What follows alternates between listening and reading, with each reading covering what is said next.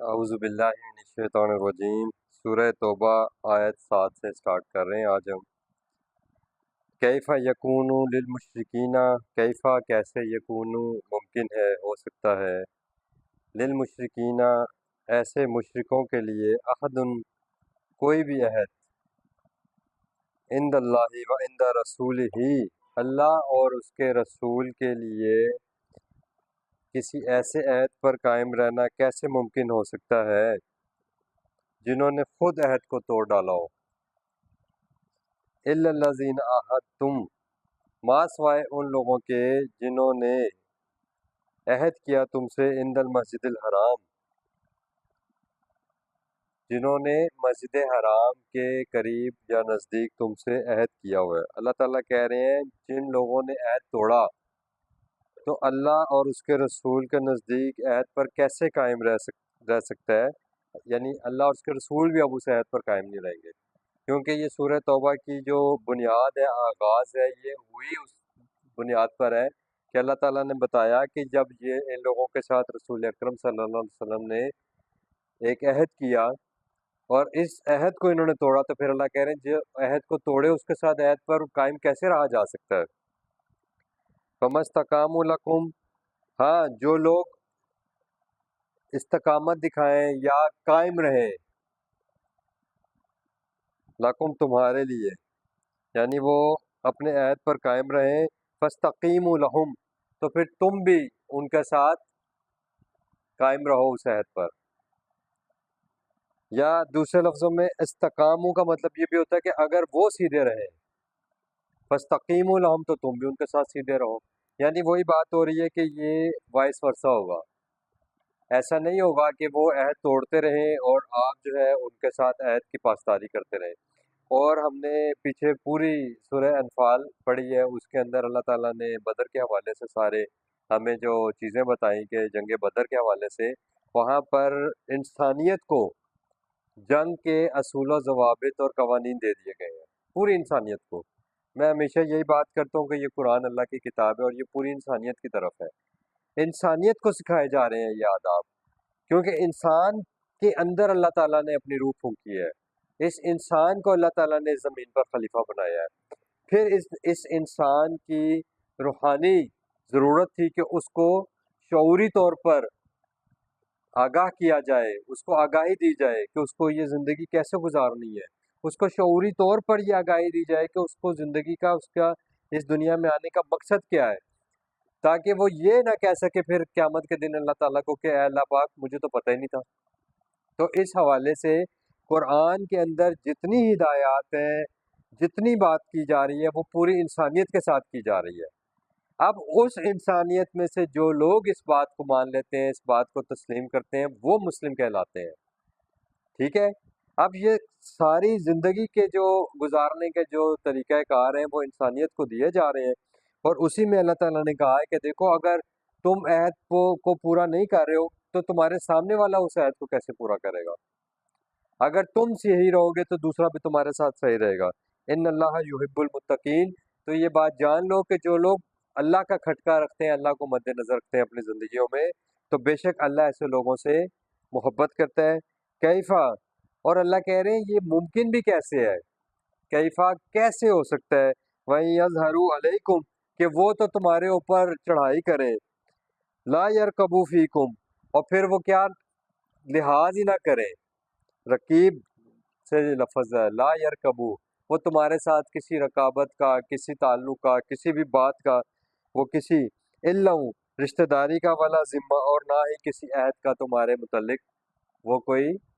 پاسداری کریں اس عہد کی۔ اب بات سمجھ رہے ہیں؟ یعنی اللہ تعالیٰ یہاں بتا رہے ہیں کہ جو لوگ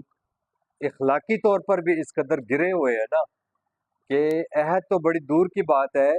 وہ اگر تم پر غلبہ پائیں تو پھر وہ یہ بات بھی نہیں دیکھتے کہ تم میں ان کے کچھ رشتہ دار بھی موجود ہیں، تم میں کوئی ان کا تعلق بھی تھا، وہ ہے نا کبھی ہم بھی تم بھی تھے آشنا، تمہیں یاد ہو کہ نہ یاد ہو۔ تو یہاں پر چونکہ بیک گراؤنڈ میں وہ مشرکین مکہ کے حوالے سے بات ہو رہی ہے تو یہ سارے آپس میں ریلیٹیوز تھے، اور کیسے اللہ تعالیٰ آج ہمیں بتائیں گے کہ انہوں نے رسول اکرم صلی اللہ علیہ وسلم کو ہجرت کرنے پر مجبور کیا، اور کیسے انہوں نے رسول اکرم صلی اللہ علیہ وسلم کی بیت اللہ میں تبلیغ کو روکا، اور انہوں نے بیت اللہ میں اللہ کے گھر میں اور مکہ میں انہوں نے توحید کو برداشت نہیں کیا، اللہ کے ساتھ خالص وابستگی کو برداشت نہیں کیا۔ تو اللہ اب کہہ رہے ہیں کہ پھر اللہ کیسے ان کے اس گھر میں شرک کو برداشت کرے۔ اب بات سمجھ رہے ہیں آپ؟ یہ سارا بیک گراؤنڈ جو ہے نا وہ اسی متعلق ہے۔ تو یہ جو سورہ توبہ ہے اس کا جو بنیادی جو میسیج ہے وہ یہ ہے کہ جو شرک ہے نا وہ اللہ پاک کو کسی بھی طرح سے قبول نہیں ہے۔ آگے اس کی تشریح آئے گی۔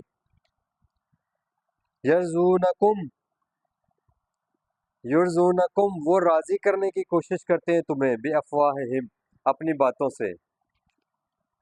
افواہ آپ کے ہاں اردو میں بھی لفظ استعمال ہوتا ہے، یعنی وہ بات جو منہ سے نکل جائے۔ یہ آپ کو گلی باتی جو ہے آپ کو راضی کرنے کی، خوش کرنے کی کوشش کر دیتے ہیں۔ وَتَأْبَى قُلُوبُهُمْ اور جب کہ ان کے جو دل ہے نا وہ ابا ہے، وہ انکاری ہے، یعنی جو بات کہہ رہے ہیں وہ بات بھی ان کے دل میں نہیں ہے، اس بات کے بھی یہ دل سے انکاری ہے۔ ظاہری طور پر یہ آپ کے ساتھ اچھا برتاؤ اور اچھا بات چیت کر کے یہ ظاہر کر رہے ہیں کہ ہم آپ کی دعوت سے بڑے مطمئن ہیں اور ہم آپ کے ساتھ ہیں، اور آپ کے جو پیچھے سے یہ آپ کے خلاف سازشیں کر رہے ہیں۔ وَأَكْثَرُهُمْ فاسقون اور اللہ کہہ رہے ہیں ان میں سے جو اکثریت ہے وہ اس حدود کو توڑ کر باہر نکلنے والی ہے۔ فسق کہتے ہیں حدود شکن۔ اشتروا بآیات اللہ ثمنا قلیلا انہوں نے کیا سودا کیا ہے؟ یہ ان کو مکمل دعوت دی گئی اور ان کو آگاہی دے دی گئی، اور انہوں نے اس بات کو سن کر اور سمجھ کر ظاہری طور پر آپ کو یہ یقین دلانے کی کوشش کی کہ ہم آپ کے ساتھ ہیں اور ہم آپ کے ساتھ معاہدہ بھی کرتے ہیں اور ہم آپ کی نافرمانی بھی نہیں کریں گے، لیکن اللہ تعالیٰ کہہ رہے ہیں کہ ان کے دل اس کے انکاری ہیں، اور دراصل انہوں نے مفادات کو دیکھا ہے، اپنے ظاہری مفادات کو دیکھا، اور مفادات کیا تھے آپ جانتے ہیں کہ مکہ میں جو مشرکین مکہ تھے ان کا اس خانہ کعبہ کے یہ متولی تھے اور یہ حاجیوں کو پانی بھی پلاتے تھے۔ یہ آگے اس صورت میں مکمل ڈیٹیلز دی جائیں گی کہ ان کا دراصل اس کے ساتھ کیسا گہرا تعلق تھا اللہ کے گھر کے ساتھ، اور اللہ تعالیٰ نے اب ان کو اس گھر سے ہی دور کر دیا، کٹ آف کر دیا، اور اس کی بنیاد پر جو پورا عرب تھا نا، جتنا سرزمین عرب تھی وہاں سے لوگ آیا کرتے تھے حج کے لیے۔ دین ابراہیمی چل رہا تھا جس کی شکل انہوں نے بگاڑ دی ہوئی تھی، اس میں شرک آمیزش کر دی ہوئی تھی۔ تو اللہ تعالیٰ نے بتایا کہ اس کی وجہ سے ان کا جو معاشی نظام تھا وہ بڑا اسٹرانگ تھا، یعنی معیشت ان کی اس وجہ سے مستحکم تھی کہ یہ جو مکہ تھا یہ حج کی وجہ سے ایک اکنامک جو سرگرمی تھی اس کا ایک مرکز تھا۔ یہ ہم سب کو آج بھی معلوم ہے، حج کی وجہ سے آج بھی جو سعودی عرب ہے اور خاص کر مکہ جو ہے وہ ایک بہت بڑی تجارتی سرگرمی کا وہاں پر ہر سال ایک وہ ہوتا ہے، ایونٹ کے طور پر ہے۔ اور اللہ تعالیٰ نے سورہ قریش میں اس بات کا ان کو باور بھی کروایا کہ لِإِيلَافِ قریش، کہ جو ایلاف تھی، تالیف قریش تھی، محبت تھی قریش کی لوگوں کے دلوں میں، لِإِيلَافِ قریش، ایلاف قریش یعنی قریشیوں کی محبت کی وجہ سے۔ وہ کیا تھا ان کا کہ وہ جب سردیوں میں یا گرمیوں میں وہ جب جاتے تھے، ایلافہم رحلۃ الشتاء والصیف، جب وہ گرمیوں اور سردیوں کے ان کے جو وہ قافلے تھے وہ سفر کرتے تھے عرب کی جس رستے کی طرف بھی، تو باقی لوگوں کو لوٹ لیا جاتا تھا رستوں میں، باقی قافلے غیر محفوظ ہوتے تھے، لیکن ان قریش والوں کے قافلے،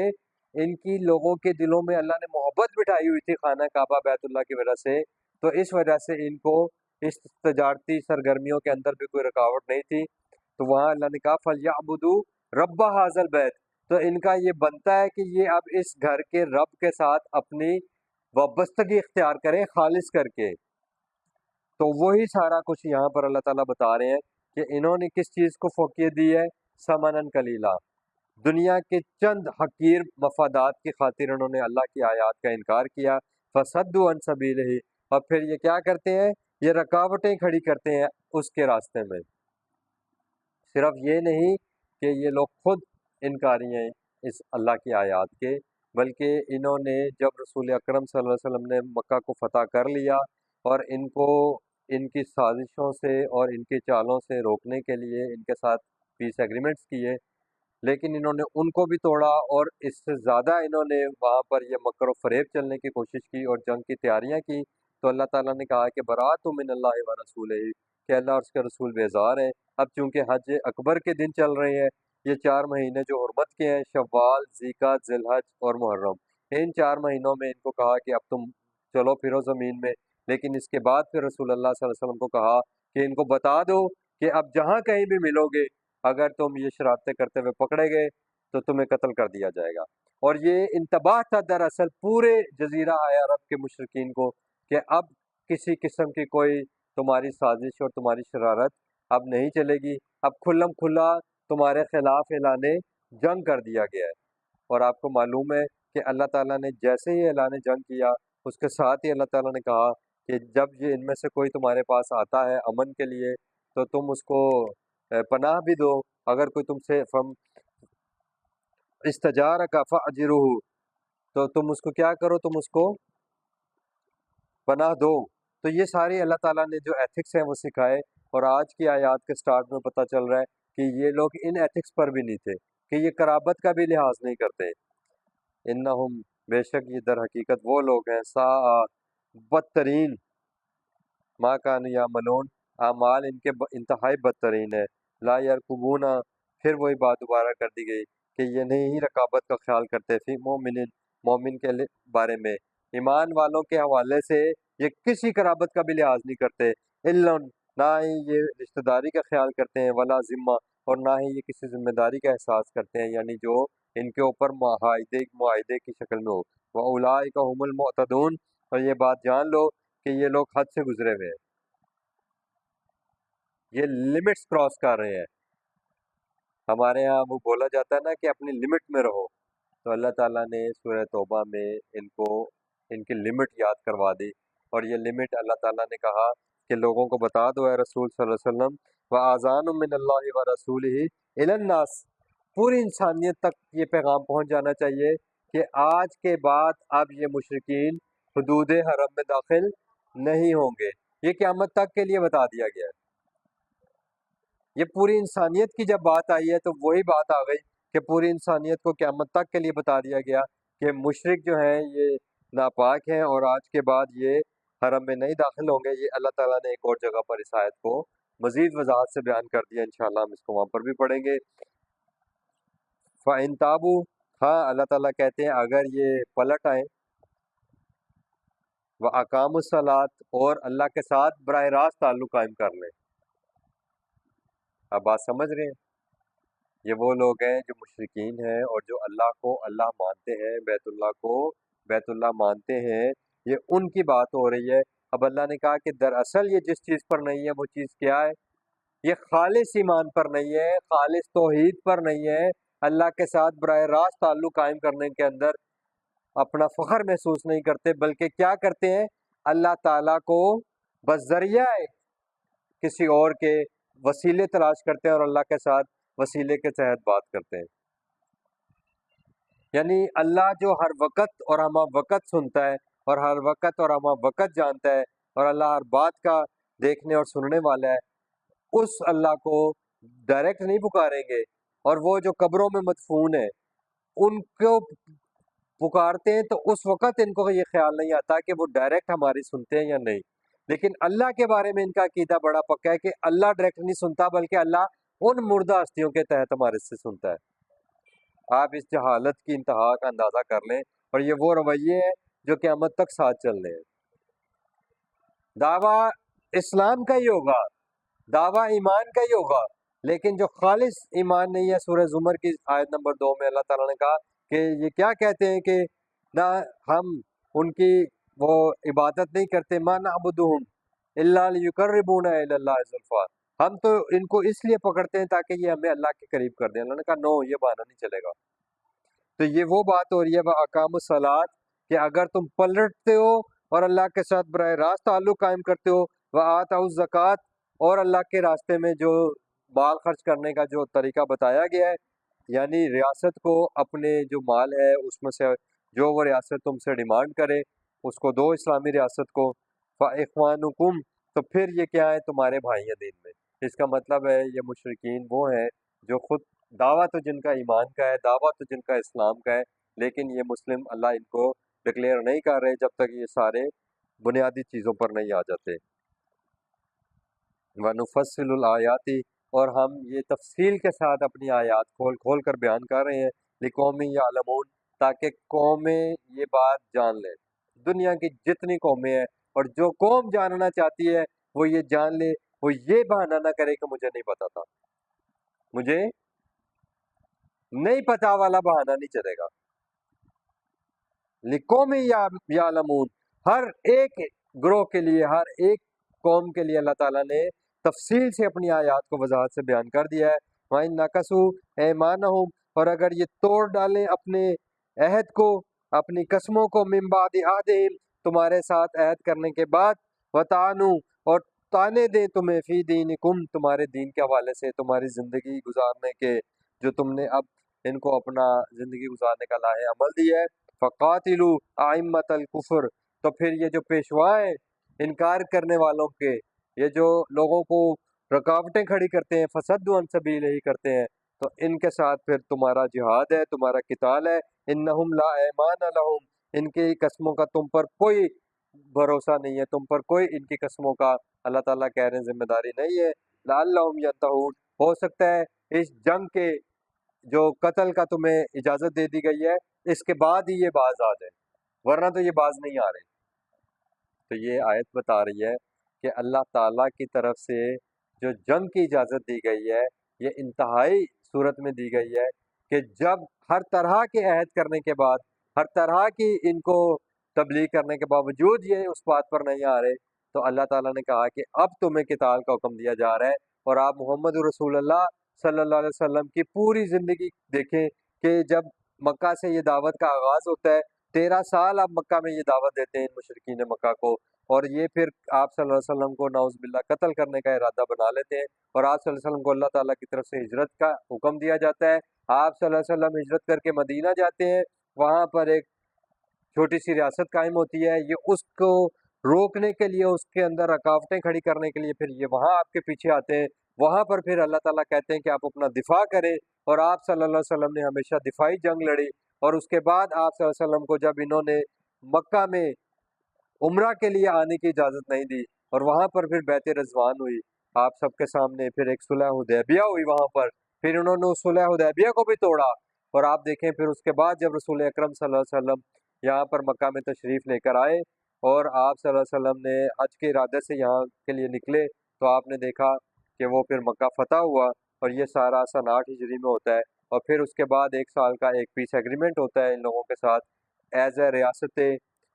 مدینہ رسول اکرم صلی اللہ علیہ وسلم کا. اور پھر یہ اس کو جو لوگ توڑ رہے ہیں اس کے حوالے سے یہاں پر یہ سن 9 ہجری میں یہ سورہ توبہ کی یہ آیات پیش کی جا رہی ہیں. تو یہ سارا قیامت تک کے آنے والے انسانیت کے لاہے عمل ہے ان کے لیے، ہم سب کے لیے. اور اللہ تعالیٰ بتا رہے ہیں الا،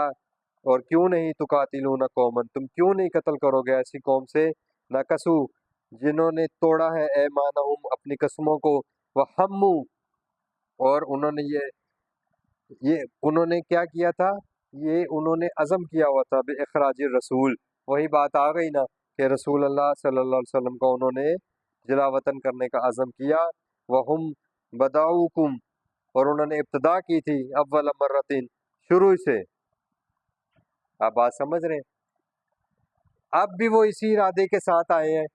تو کیسے نہ ایسی قوم کے ساتھ جنگ کی جائے. یعنی یہ انتہا ہو گئی ہے. رسول اکرم صلی اللہ علیہ وسلم کی 22 سالہ رسالت کی زندگی، نبوت کی زندگی کے بعد اللہ تعالیٰ نے یہ سارا ان کو دیا. اتخشونہم، اور اللہ پوچھ رہے ہیں کیا پھر تم ڈرتے ہو ان سے. فاللہ احق اور بس جبکہ اللہ کا یہ زیادہ حق ہے کہ ان تخشوہ کہ اس سے ڈرا جائے، ان کنتم مومنین اگر تمہارا ایمان ہے، تم بات ماننے والے ہو۔ اور ساری بات ہی بات ماننے والوں اور انکار کرنے والوں یعنی بات نہ ماننے والوں کے درمیان ہی تو ہو رہی ہے، یعنی دو ہی تو کیٹیگریز آئی ہے سامنے، ایک وہ جو اللہ کی بات مانتے ہیں مومن کہلائے، اور ایک وہ جو اللہ کی بات نہیں مانتے اور بار بار ان کی بات کے ساتھ اور اللہ اور اس کے رسول کے ساتھ کیا ہوا عہد اور قسمیں کھا کھا کے توڑ دیتے ہیں۔ تو یہ انہی دو گروہوں کی تو بات ہو رہی ہے، اور یہ گروہ قیامت تک جاری رہیں گے، قیامت تک کے لیے یہ کتاب ہدایت ہے۔ اسی کتاب کے بنیادی اصول لے کر ہمیں اس دنیا میں جینا ہے، اسی کتاب کے بنیادی اصولوں پر اگر ہم کاربند رہیں گے تو پھر اللہ کا ہم سے وعدہ ہے کہ وَأَنْتُمُ الْأَعْلَوْنَ، اور بے شک تم ہی غالب آؤ گے، تم ہی اعلیٰ رہو گے، ان کنتم مومنین اگر تم نے میری بات مانے رکھی۔ آج ہم خود ایمان والوں کے بارے میں اگر جب ہم ان سارے حالات کے اوپر ڈسکشن کرتے ہیں تو ہم نے سب سے پہلے ہم ایمان والے آپس میں یہ ڈسکس کر رہے ہوتے ہیں، نہیں اب وہ حالات نہیں ہے، نہیں اب وہ حکمران نہیں ہے۔ بھائی سارا کچھ آج بھی ہمیں قرآن ہی کی ہدایت پر چلنا ہوگا۔ اگر قوم ایمان والی ہوگی تو پھر حکمران بھی ایمان والے ہوں گے۔ جب قوم کے اندر ایمان نہیں ہوگا تو اس قوم میں سے ایسے حکمران کہاں سے آئیں گے؟ مجھے بتائیں نا کہ قوم بڑے آرام سے یہ بات کر دیتی ہے کہ نہیں آج وہ حکمران نہیں ہے۔ بھائی تم جن حکمرانوں کے بارے میں بات کر رہے ہو یا قرآن جن حکمرانوں کے بارے میں بات کر رہا ہے کہ ان کی اطاعت اور پیروی فرض ہے، تو یہ تو وہ حکمران ہی نہیں ہے، ان کے اندر تو وہ گٹس ہی نہیں ہے، ان کے اندر تو وہ جرت اور ہمت ہی نہیں ہے عمر فاروق والی۔ بھائی پھر قوم کو ویسا بننا پڑے گا، لیکن قوم خود اللہ کی آیات کی طرف اللہ کی بات کی طرف آنا نہیں چاہتی اور ایکسپیکٹ یہ کرتی ہے کہ ان کے اوپر جو حکمران ہو وہ حضرت عمر رضی اللہ تعالیٰ عنہ جیسا ہو۔ یہ نہیں ہوگا، سوری ٹو سے یہ نہیں ہوگا۔ مار پڑتی رہے گی ہمیں، ہم مار ہی کے قابل ہیں اور ہم مار ہی کے مستحق ہیں، کیونکہ ان آیات میں جتنی باتیں کی جا رہی ہیں یہ وہ باتیں ہیں جو رسول اکرم صلی اللہ علیہ وسلم کے مد مقابل کھڑے ہوئے لوگ کر رہے تھے، جو اللہ کے ساتھ کیے گئے عہد کو بار بار توڑتے ہیں۔ ہم وہ قوم ہے جو دن رات اللہ کے ساتھ عہد کرتی ہے کہ ایاک نعبد و ایاک نستعین، کہ اللہ صرف اور صرف ہم تیری غلامی تیری وابستگی اختیار کریں گے، اور صرف اے اللہ ہم تجھ سے مدد مانگیں گے۔ آج ہم غیروں کے آگے بھیک مانگ رہے ہیں۔ اوپر اللہ نے کہا کہ زکوٰۃ ریاست لے گی، زکوٰۃ کے تحت عوام الناس کے فلاح و بہبود کے کام کیے جائیں گے، لیکن وہ عوام ہی سے کلیکٹ کی جائے گی۔ آج ہم غیروں سے کلیکٹ کرتے ہیں اپنے ملک کا ریونیو، ہم آئی ایم ایف اور ورلڈ بینک کے پاس جاتے ہیں کہ ہمیں ریونیو دو، ہم نے اپنا ملک چلانا ہے۔ آج دیکھو آپ کا ملک امریکہ اور دوسرے سعودی عرب اور دوسرے ملکوں کا اجازت کا طلبگار ہے۔ آج ہمارے ملک کے حالات اس وقت اس قدر بدترین حالت میں ہے کہ ہم ایک قدم بھی نہیں اٹھا پا رہے کہ ہم اپنے آقاؤں کی طرف دیکھ رہے ہیں کہ ان کی طرف سے ہمیں اس جنگ کی اجازت ہی نہیں دی جا رہی۔ ہم اس قابل نہیں ہیں، یہ تو اللہ نے ہمارا روب اور دبدبا رکھا ہوا ہے۔ ہم سورہ انفال میں پڑھ کر آئے ہیں نا، یہ تو ہمارے نام کے ساتھ مسلمان لگتا ہے، تو اللہ نے مسلمان کا جو روب اور دبدبا ہے وہ کافر کے اوپر رکھا ہوا ہے۔ ادروائز ہمارے اندر کون سی اللہ اور اس کے رسول کی بات ماننے والی ہے؟ اگر ہم بحیثیت قوم زکوٰۃ کے نظام کے اوپر ہوتے اور ہم بحیثیت اولو الامر کی اطاعت کر رہے ہوتے اور ہمارے ملک میں فرقے اور جماعتیں نہ بنی ہوتی اور ہمارا سپہ سالار بھی اولو الامر کی اطاعت اپنے اوپر فرض سمجھتا ہوتا، ہمارا اولو الامر بھی آئین پاکستان کو اپنا آئین سمجھتا ہوتا، اپنا قانون سمجھتا ہوتا، اس کی فرما برداری اور تابع داری کو اپنے اوپر فرض سمجھتا ہوتا، تو آج ہم اس دو بدو کی کیفیت میں نہ ہوتے، اس گوما گو کی کیفیت میں نہ ہوتے، کنفیوژنس کا شکار نہ ہوتے۔ ہم نے کسی معاملے میں بھی اللہ کی آیات کو اور اللہ کے اور اس کے رسول صلی اللہ علیہ وسلم کی سنت کو سامنے نہیں رکھا ہوا۔ ہم وہ قوم نہیں ہے جو قرآن و سنت کے بین ہی عامل ہو، اور آج یہ آیات ساری کی ساری مشرکین کے اوپر فوکس ہو رہی ہیں، اور آپ آج ہم اپنی قوم کے اندر دیکھ لیں کہ ہم میں سے کتنے لوگ خالص اللہ کے ساتھ وابستہ ہیں۔ ہم غیر اللہ کو پکارتے وقت تو یہ عقیدہ رکھتے ہیں کہ وہ ہماری ڈائریکٹ سنتا ہے، لیکن اللہ کو پکارتے وقت یہ عقیدہ ہے ہمارا کہ نہیں اللہ جی فلانے کے تحت سنتا ہے، فلانے کے تھرو سنتا ہے، او بھائی یہ شرک نہیں ہے یا یہ کفر نہیں ہے، یہ اللہ کی ہر وقت موجود ہونے کا انکار نہیں ہے، تو یہ اور کیا ہے؟ افلا تعقلون، کیوں نہیں عقل استعمال کرتے؟ قاتلوہم، ان سے لڑو، ان کو قتل کرو، یعذبہم اللہ، ان کو وہ اللہ عذاب دے گا، اللہ سزا دے گا ان کو، بے ایدیکم، تمہارے ہاتھوں سے کروائے گا اللہ تمہارے ہاتھوں سے ہی، لیکن تمہاری پشت پر اللہ ہوگا پھر، اس سے بڑھ کر کوئی بات ہے؟ وَأَنْتُمُ الْأَعْلَوْنَ إِن كُنتُم مُؤْمِنِينَ، اگر تم بات ماننے والے ہو گے تو پھر تم اعلیٰ رہو گے، یہ گارنٹی ہے اللہ تعالیٰ نے دی ہے۔ وَيُخْزِهِمْ، اور پھر ان کو کیا کرے گا اللہ؟ ان کو رسوا کر دے گا، رسوا کرے گا اللہ۔ وَيَنْصُرُكُمْ، وَيَنْصُرْكُمْ، اور تمہاری مدد کرے گا اللہ، تمہیں نصرت دے گا علیہم، ان پر، وَيَشْفِ صُدُورَ قَوْمٍ مُؤْمِنِينَ، اور ایمان والوں کو جس قسم کی بھی ذہنی کرب ہوگا، جس قسم کا بھی ذہنی کوئی انتشار ہوگا یا پریشانی ہوگی، اللہ پھر ان کو شفا دے گا، یعنی ان کے دل ٹھنڈے کر دے گا مومنوں کے، اللہ کی بات ماننے والوں کے دل ٹھنڈے رہیں گے، سکون میں رہیں گے۔ وَيُذْهِبْ غَيْظَ قُلُوبِهِمْ، اور ان کے دلوں سے تنگی اور غصے کو دور کر دے گا۔ وَيَتُوبُ اللَّهُ عَلَىٰ مَن يَشَاءُ، اور اللہ جس کی طرف متوجہ ہونا چاہتا ہے اس پر اپنے بندوں میں سے جس پہ چاہتا ہے اپنی رحمت کے ساتھ توجہ کرتا ہے۔ واللہ علیم حکیم، اور بے شک اللہ تعالیٰ ہر بات کے جاننے والے اور ہر بات کی حکمت کو سمجھنے والے ہیں۔ ہم حسب تم، اور پھر اللہ تعالیٰ ایمان والوں کو مخاطب کر کے یہ کہہ رہے ہیں کہ کیا تم نے یہ گمان کر رکھا ہے ان تترکو، کہ تم ایسے ہی چھوڑ دیے جاؤ گے، ایسے ہی چھوڑ دیے جاؤ گے، ولما، اور ابھی نہیں، یعلم اللہ الذین جاہدوا منکم، ابھی تو اللہ نے تمہیں تمہاری کوشش کے حوالے سے جانا ہی نہیں ہے، تمہیں آزمایا ہی نہیں ہے، اللہ آزمائش کے بغیر تمہیں نہیں چھوڑے گا، تمہاری بخشش نہیں ہوگی، تم کامیاب نہیں ہوگے۔ وَلَنَبْلُوَنَّكُمْ بِشَيْءٍ مِّنَ الْخَوْفِ وَالْجُوعِ، یہ خوف کیا ہوتا ہے؟ یہ جنگ کا خوف ہوتا ہے، یہ دشمن کا خوف ہوتا ہے، اور بھی بہت سارے خوف ہوتے ہیں انسان کو، لیکن سب سے بڑھ کر خوف یہ ہوتا ہے۔ تو اللہ تعالیٰ کہہ رہے ہیں کہ ابھی تو اللہ نے وَلَمَّا يَعْلَمِ اللَّهُ الَّذِينَ جَاهَدُوا مِنكُمْ، ابھی تو تم میں سے لوگوں کو اللہ نے اس بات پر جانا ہی نہیں ہے، یہ تجزیہ ہی نہیں کیا، یہ امتحان ہی نہیں لیا کہ تم میں سے کتنے لوگ ہیں جو کوشش کرنے والے ہیں اللہ کے راستے میں، وَلَمْ يَتَّخِذُوا مِن دُونِ اللَّهِ، اور ابھی انہوں نے نہیں پکڑا اللہ کے ساتھ ساتھ، وَلَا رَسُولَهِ، اس کے رسول کے ساتھ ساتھ، وَلَا الْمُؤْمِنِينَ، اور اس کے مومنوں کے ساتھ ساتھ ولیجا، کسی قسم کا ولی، تعلق بنانے والا، جڑنے والا۔ اب بات سمجھ میں آئی کہ اگر تم نے کافروں کو اپنا دوست بنایا، پیچھے منع کیا گیا ہے نا کہ ان کو اپنا دوست مت بناؤ، ان کو اپنا رازدان مت بناؤ، اور اللہ کہہ رہے ہیں کہ ابھی تو اللہ نے یہ بھی چیک کرنا ہے کہ آیا تم اللہ، اس کے رسول اور مومنوں کے علاوہ کسی اور کو تو نہیں پکڑتے، کسی اور کو تو اپنا کارساز نہیں بناتے، کسی اور کے ساتھ تو نہیں اپنی پینگیں بڑھاتے۔ واللہ خبیرم بما تعملون، اور اللہ ہر اس بات سے جو تم کر رہے ہو، جو تمہارے اعمال ہیں، اللہ ان سے باخبر ہے، اور اللہ کیسے تمہارے ساتھ پیش آئے گا،